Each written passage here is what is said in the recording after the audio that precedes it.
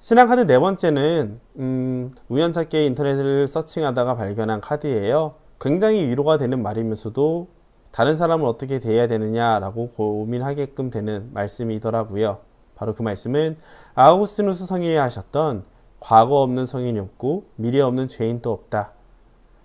실제로 아우구스티누스 성인은 그렇게 살았죠. 결혼도 했고요. 많은 사람들에게 상처 주는 일도 했고요. 장난이 심했다고 하지만 실제로 어떤 사람들의 농사를 망치기도 했습니다. 그런데도 불구하고 아우구스티누스 성인은 진리를 찾아서 이런 군데 저런 군데를 많이 갔고요. 오늘날로 말하면 굉장히 많은 이단이나 사이비 종교도 많이 갔다고 보시면 될 거예요. 그러다가 하느님 안에 정착했을 때 그는 자신이 체험한 경험을 통해서 하느님을 향해 더 깊이 나아갈 수 있었습니다. 즉 아우구스티누스 역시 자신이 어떤 죄를 어떤 잘못을 했는지를 깨달았기 때문에 깨달은 만큼 더 하느님께 집중하고 들어갈 수 있었다는 것이죠. 그 덕에 그리스도교에서는 아우구스티누스 성인을 통해서 많은 신앙의 보화를 얻게 됩니다. 철학과 신앙의 조화뿐만 아니라 여러가지 수도 규칙까지, 또 주교의 역할, 사제의 역할, 여러가지 철학적인 논쟁에 대해서 어떻게 얘기할 수 있는지 등등 많은 것을 우리에게 전해주신 분이시죠. 그렇기에 어떤 성인이라도 과거는 존재합니다. 그 과거는 부끄럽고 숨고 싶은 수도 있지만 그것을 통해서 내가 변해간다면, 하느님께 더 나아갈 수 있도록 한다면 누구라도 구원은 열려있다는 것입니다. 두 번째, 미래 없는 죄인 또 없다. 앞에 말하고도 또 연결되는 말이에요.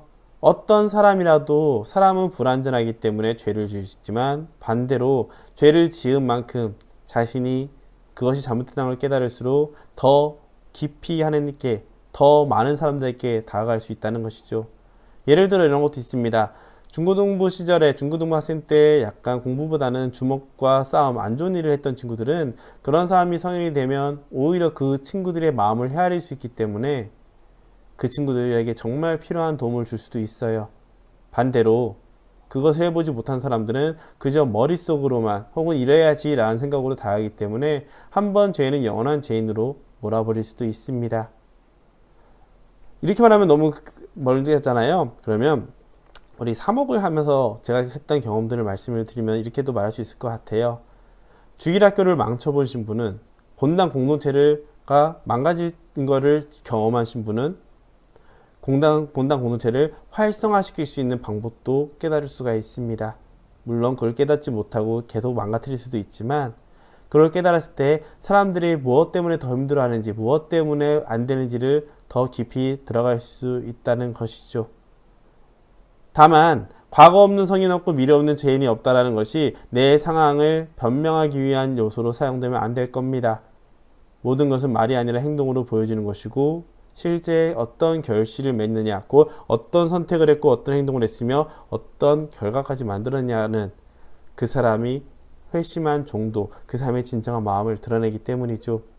그렇기 때문에 항상 기억하면 좋을 것 같아요. 과거 없는 성인 없고 미래 없는 죄인도 없다는 것은 내가 무언가 잘못을 했고 절망에 빠졌을 때 내가 그 경험을 통해서 더 많은 것을 할 수 있다는 기회가 된다는 것. 반대로 누군가가 잘못된 것을 보고 한다면 그것을 그냥 관망하고 버리는 것이 아니라 그 사람에게 무엇이 잘못된지 알려주고 이끌어줘야 된다는 것. 하지만 기다림은 언제까지고 이어지지 않습니다. 결국 배려를 한다는 이유로 그냥 두었을 때 오히려 미래가 없는 죄인이 될 수도 있기 때문이죠. 그래서 해야 될 얘기는 분명히 하되 그 사람이 변했을 때 기꺼이 받아줄 수 있는 준비를 하는 것이 우리 신앙인들의 자세가 아닐까라는 생각이 듭니다. 그래서 꼭 기억하면 좋을 것 같아요.